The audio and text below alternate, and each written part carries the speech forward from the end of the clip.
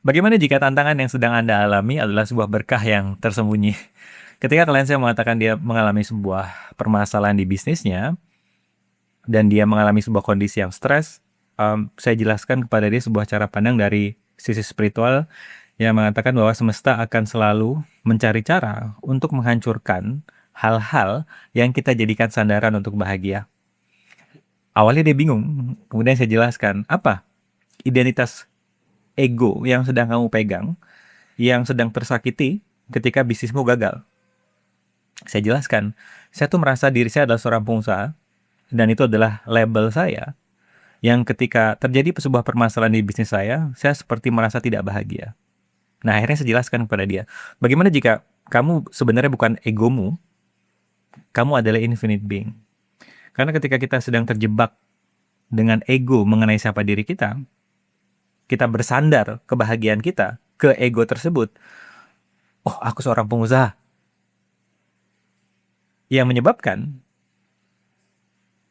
kebahagiaan kita sifatnya naik turun, tidak konsisten.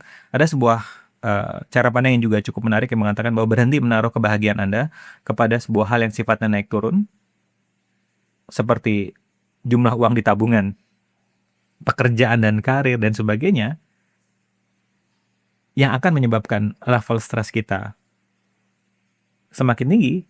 Oleh karena itu, taruhlah kebahagiaan Anda ke sesuatu yang sifatnya konsisten. Yaitu apa? Anda sebagai infinite being. Dan dari sini mungkin Anda semakin menyadari bahwa tantangan yang sedang semesta berikan kepada kita itu sebenarnya niatnya baik, supaya kita tidak lagi bergantung, tidak lagi melekat, tidak lagi bersandar kebahagiaan kita kepada hal-hal yang sifatnya ada di luar.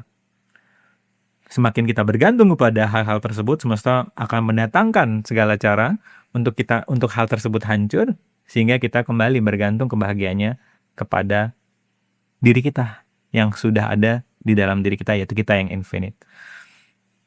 Menariknya, setelah saya minta dia untuk mempertimbangkan cara pandang seperti itu, klien saya tidak lagi melihat dirinya sebagai seorang pengusaha, melainkan sebagai seorang infinite being. Ide-ide bermunculan untuk mengambil strategi action lanjutan.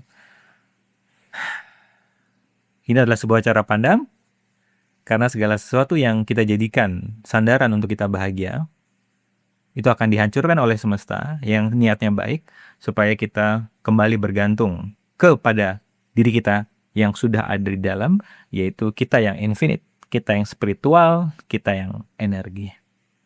Asik ya? Sampai ketemu di kesadaran-kesadaran berikutnya. Keep having fun. Bye-bye.